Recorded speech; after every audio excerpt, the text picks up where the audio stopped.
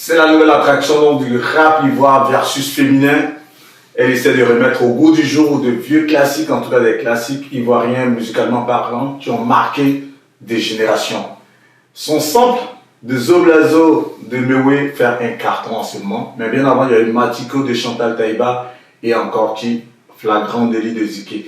Et si vous entendez cette voix, ne cherchez pas ailleurs. Je ne serais pas surpris de voir Alpha Blondy te faire signe. Vu ce que tu as fait tout à l'heure.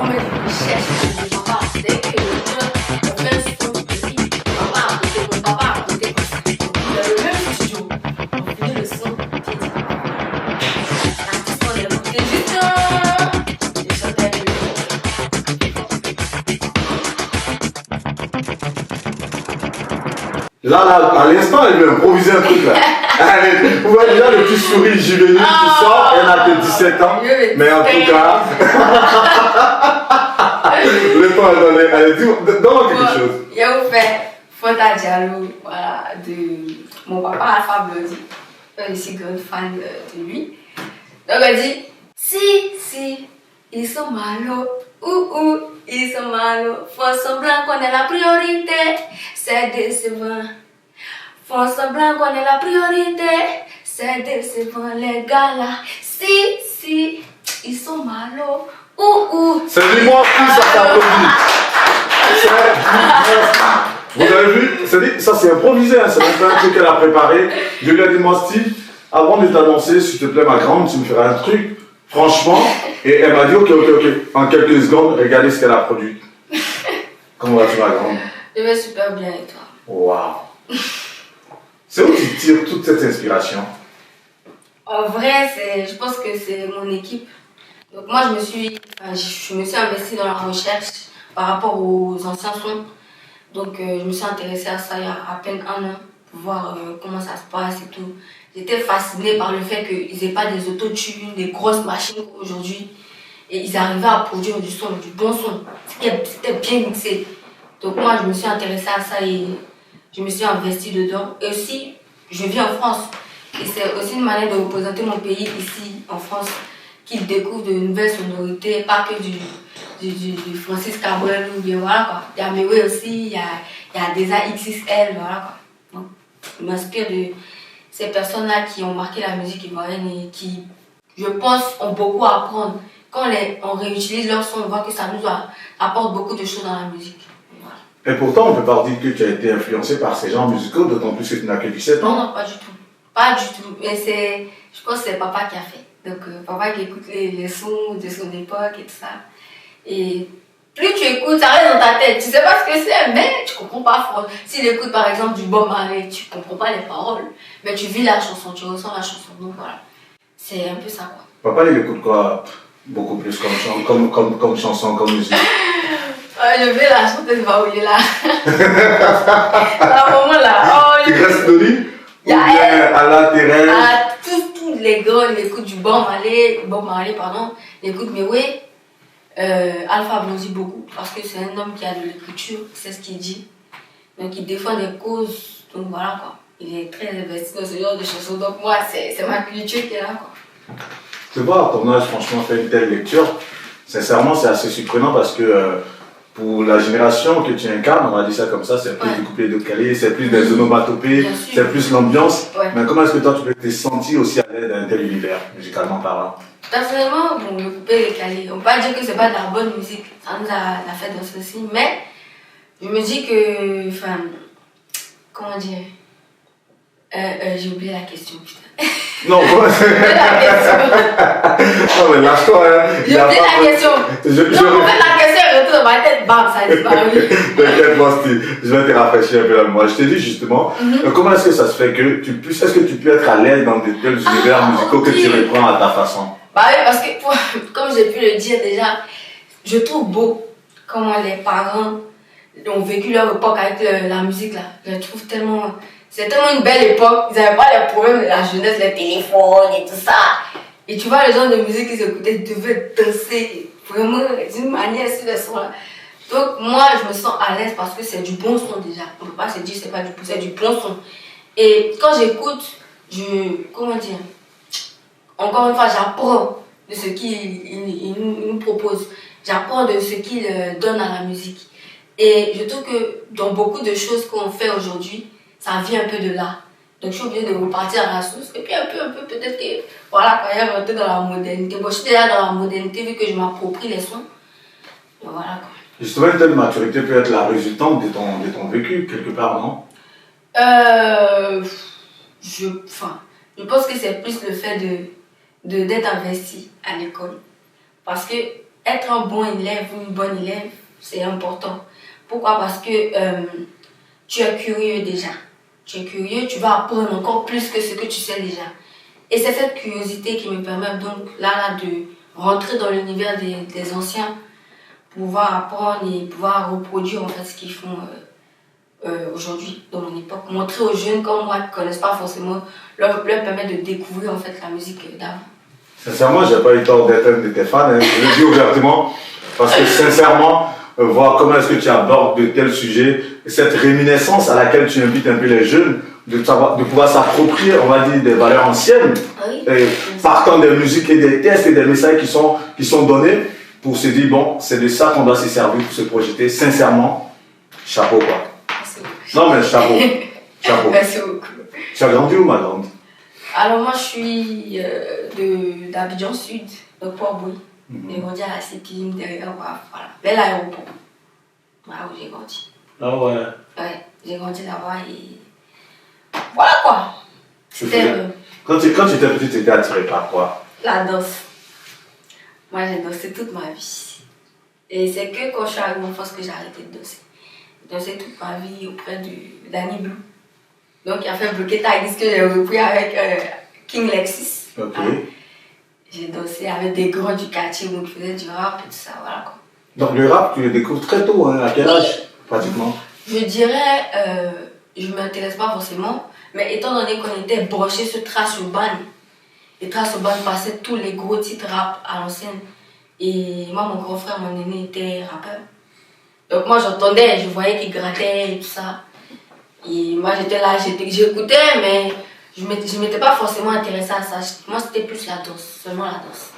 C'était quoi tes chorégraphies favorites?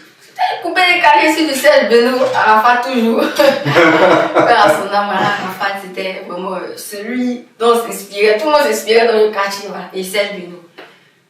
Donc tous les pas les dents que Arafat sortait, les Europotors, que ce que les Serge Beno sortaient, au Point et autres. Tout, on a fait. Tu excellais dans tout ça? On faisait le ballet sur tout. Parce que voilà, c'était notre passe-temps favori. T'as fait aux vacances par hasard? Je sais, on m'a dit qu'elle était petite, que j'étais perdue comme ça dans la forêt. Partie à Roseau, ma tante me cherche et tout. Le temps, c'est votre côte là, moi ici, c'est la piste là-bas. En train de gâter. Et moi, je me rappelle pas, je me rappelle juste que j'étais perdue. Mais on me dit que ouais, on m'a retrouvé en train de danser. Donc je pense que. Tu dois avoir quel âge? Et c'était mon CP, mais CP2, des trucs comme ça. 5 ans, 6 ans? Oui, j'étais petite, j'étais vraiment petite. Et voilà, c'est Mais tu étais allé voir Roseau vacances avec tes tantes ou quoi? Oui, bah, mes tantes, mes frères, mes cousins, bon. Je me rappelle plus trop de la situation, on m'a raconté quoi. Moi, je me rappelle plus quoi, spécialement quoi. C'était pas un risque ça, comme ça, une petite fille de 6 ans, Ouais. tu vas avec tes parents, tu te retrouves sur, en train de faire un concours de danse. Celui-là, tu avais gagné ou quand j'étais? Je sais même pas. En fait, moi, on me raconte juste qu'on m'a fait en train de danser.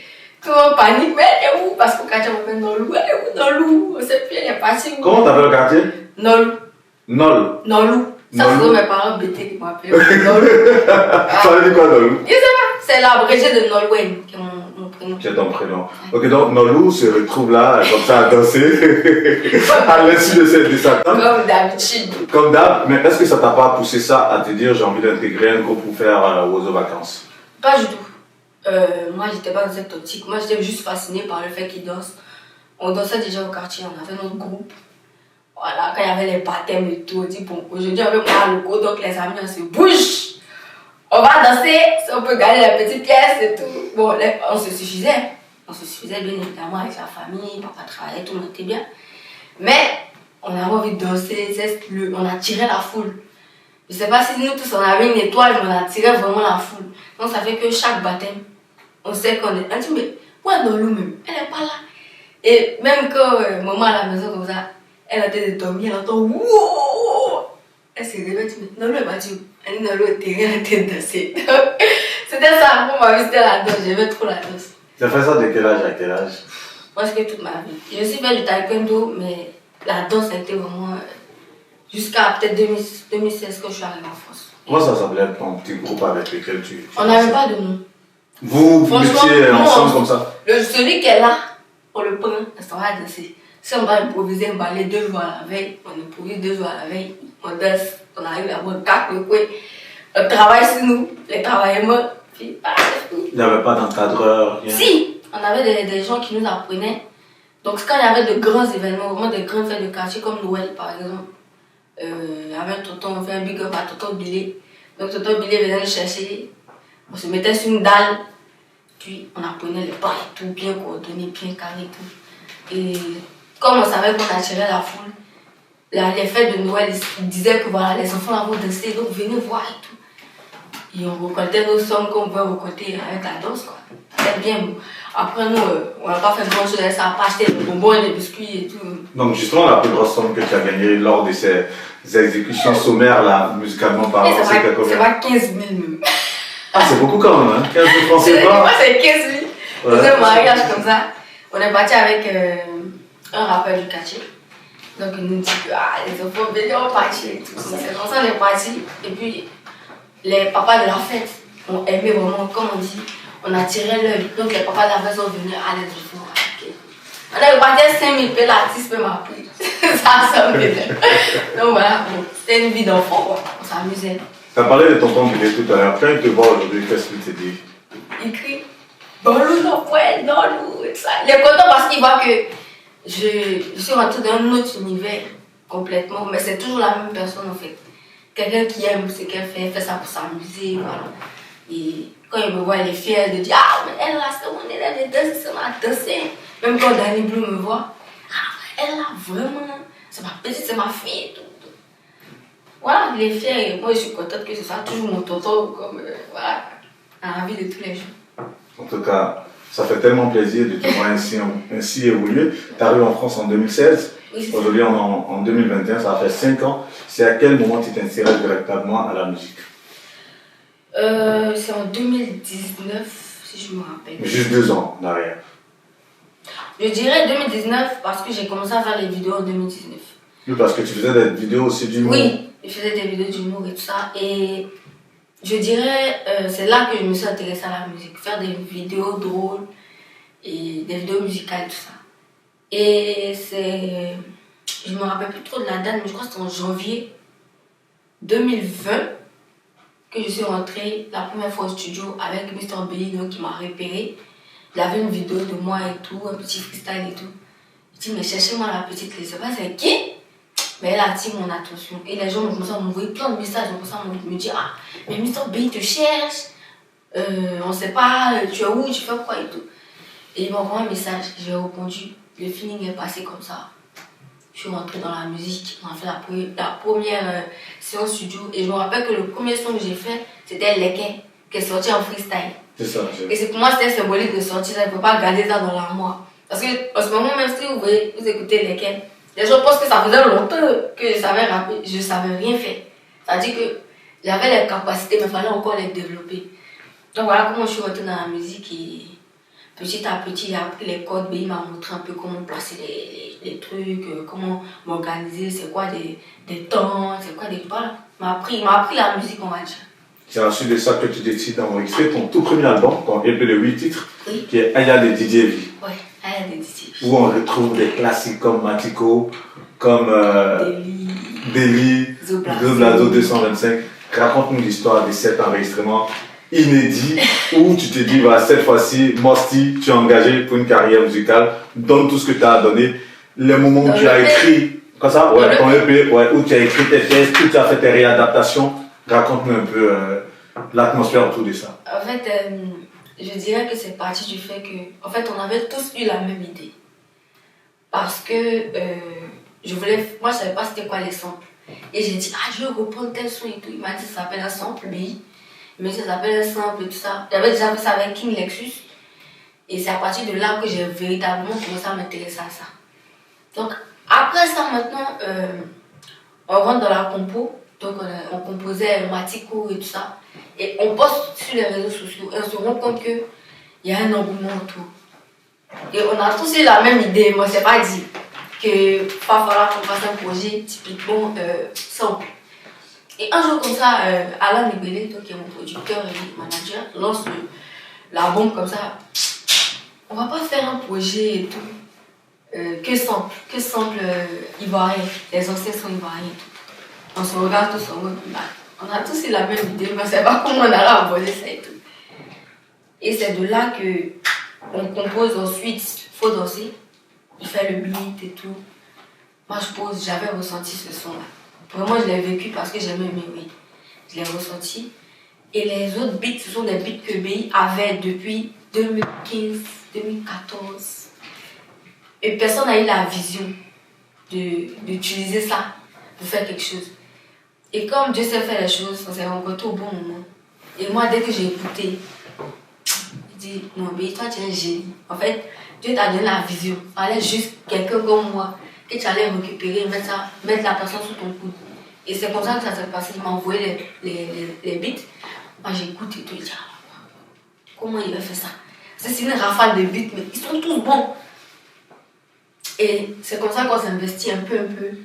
On était même carrément à la bourre pour l'EP. On devait envoyer ça peut-être en octobre. Mais on s'est dit que bon, on va pas faire un truc précipité parce que ça n'aura pas le même résultat. On a pris notre temps.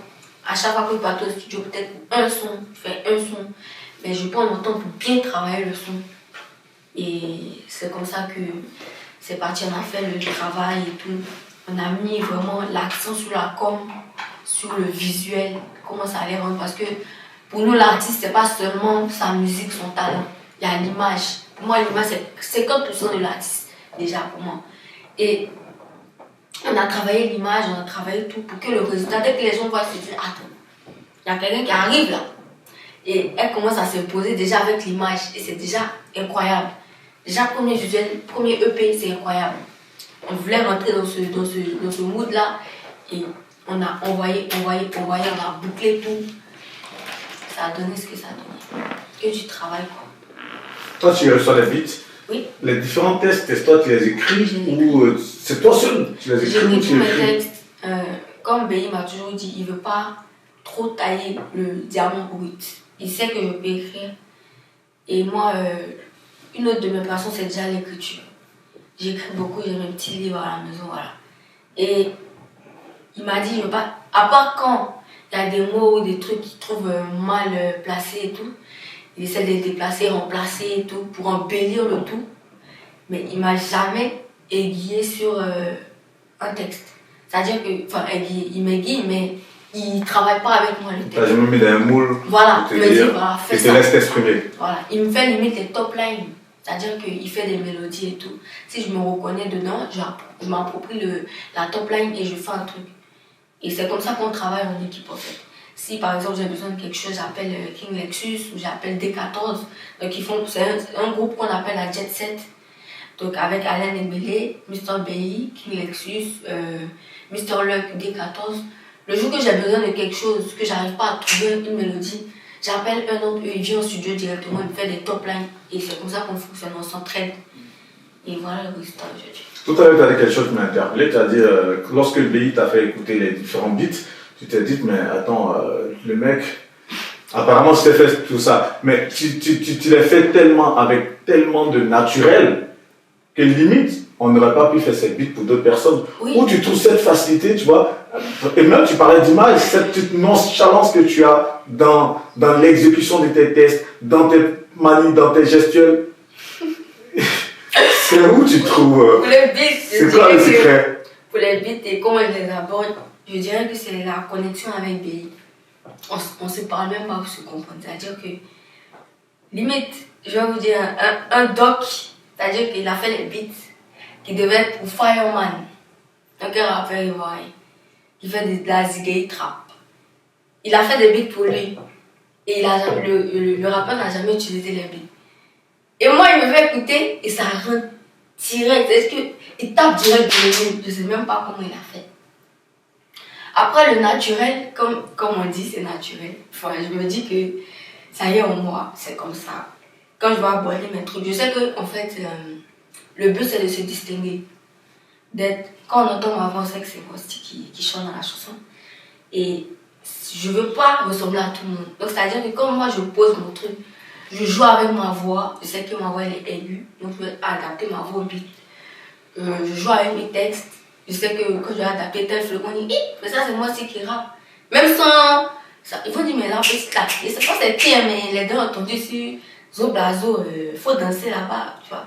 Et c'est comme ça que je mollo, donc je me modèle, je prends une image, je colle sur moi. Les gens ils vont forcément peut-être dire ah, j'aimerais bien ressembler à moi si c'est mon but, c'est mon but, pardon. Que les gens s'identifient à moi en disant ah, moi je fais le style, moi aussi. C'est quand tu arrives à un niveau où on fait des type beats, moi style, ça veut dire que tu as ton identité. Et moi je reçois, là je me dis que ah, ça veut dire que ça commence bien. Et moi vers là où je vais arriver. En tout cas, pour parler d'identité, en tout cas, tu l'as. Ça, il n'y a rien à dire.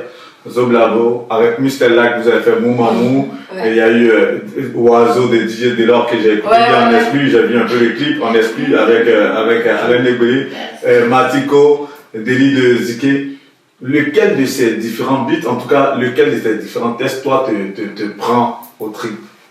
En tout cas, moi, je suis fan de tout. Hein. Ça, franchement, j'aurais dit, moi, ce qui est là, c'est un peu des go trip et tout ça, j'essaie de me vendre et tout. C'est ça, ouais, tu aurais pu faire ça. Mais je vais dire Zo Blazo, faut danser. Pourquoi? Parce que le texte, les gens l'écoutent, ils disent qu'il y a un message. Mais moi, quand je l'écris, je me rendais même pas compte du message qui était derrière. De ma manière de poser le punch et tout. Je me rendais même pas compte de ce que je faisais. C'est-à-dire que c'était tellement dans l'instrumental, c'est que je vivais le truc, mais en fait, avec les accords qu'il a mis dedans, dans le casque, ça te met dans un univers que tu comprends même pas. Et moi, c'est pareil. J'ai vécu la chanson comme les gens l'ont accueilli en fait. Comme moi, dès que j'ai commencé à écrire et tout, bam bam bam, ça s'est fait. Et bizarrement, le deuxième couplet, ça a été le plus dur. Parce que j'étais là, ah, vraiment le beat là. Ils m'ont dit, laisse-le ça. Ils vont juste écouter le beat pour voyager avec ça et tout. Le but c'est de faire un son complet. Donc les calés, c'était là. Je me couche comme ça, je mets le casque. Je dis, en fait, je vais prendre un truc simple. Quelque chose que les Ivoiriens connaissent. Bam, bam, bam. Je parle de Messi, Mercato, tout. Dans la vie, il faut se méfier d'un certain genre de personnes. Et le résultat, bam, c'est là. C'est-à-dire que c'est. Faut pas trop se poser de questions sur ce genre de son. Et moi, au début, j'ai fait l'erreur de faire ça. Je me dis, ah, mais j'ai fait quoi ici et tout. Mais il me dit, laisse, écoute juste. Tu verras toi-même. J'ai écouté. Dès le lendemain, j'ai dit, ah, ben non, je reviens. Je reviens au studio.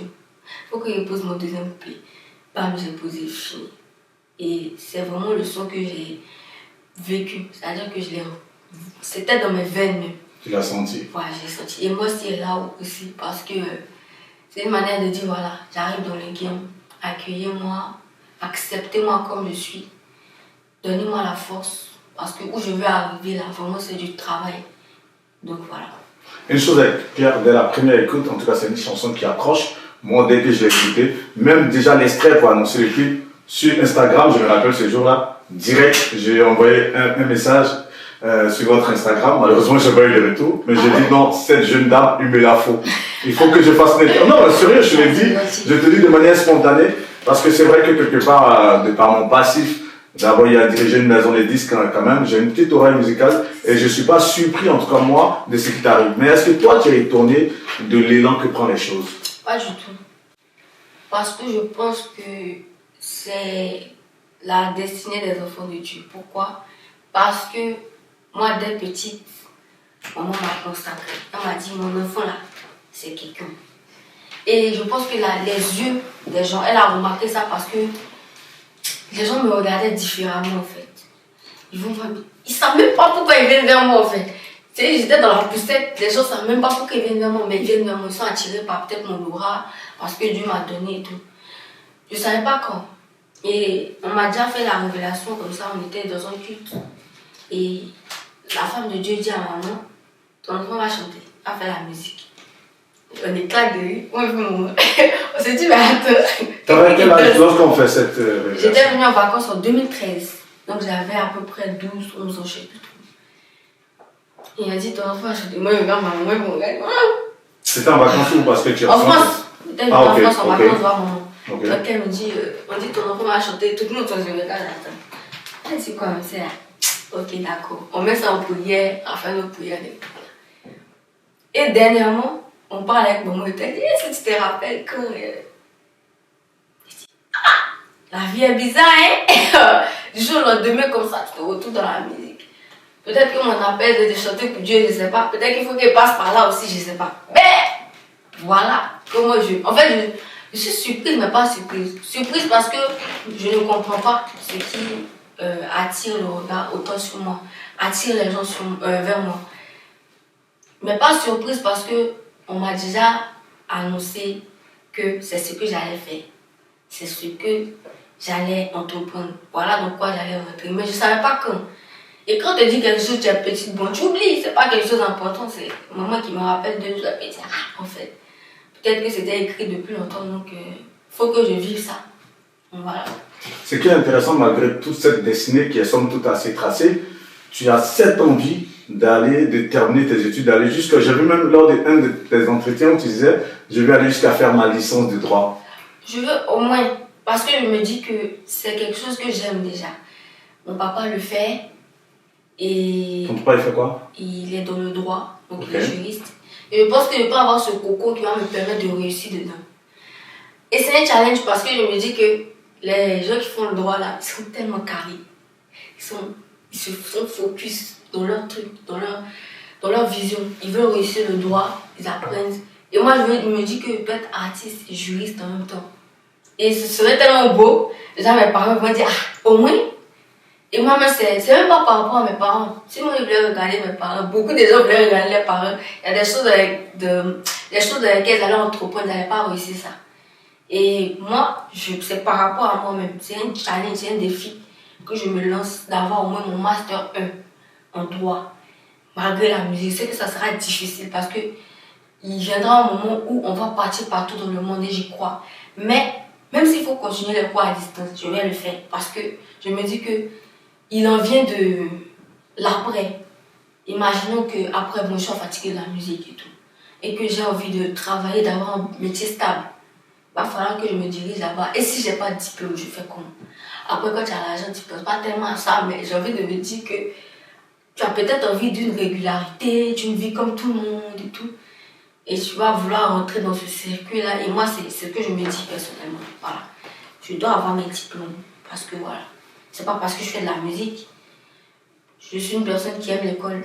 Et pour moi, c'est important. Et déjà, même ça peut se ressentir dans mes textes, dans quand je fais mes interviews, par comment je m'exprime. Et ça, mon père me félicite beaucoup pour ça. Parce qu'il trouve que je m'exprime bien. Et tout ça, c'est l'école. Et moi, je dois dire aux gens que c'est très important l'école. Il ne faut pas abandonner l'école sous prétexte que la musique. Si tu ne peux pas, tu ne peux pas. Mais si tu peux, continue jusqu'à ce que tu n'en peux plus. Pardon. Et c'est comme ça que c'est ma vision des choses qui est là. Wow. Je suis tellement fier de toi.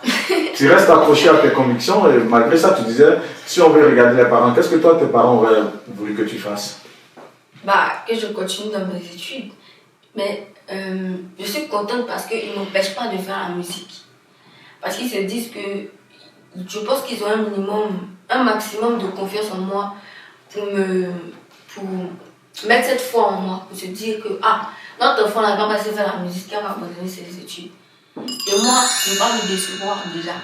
Et je ne veux pas décevoir mes parents. Parce que c'est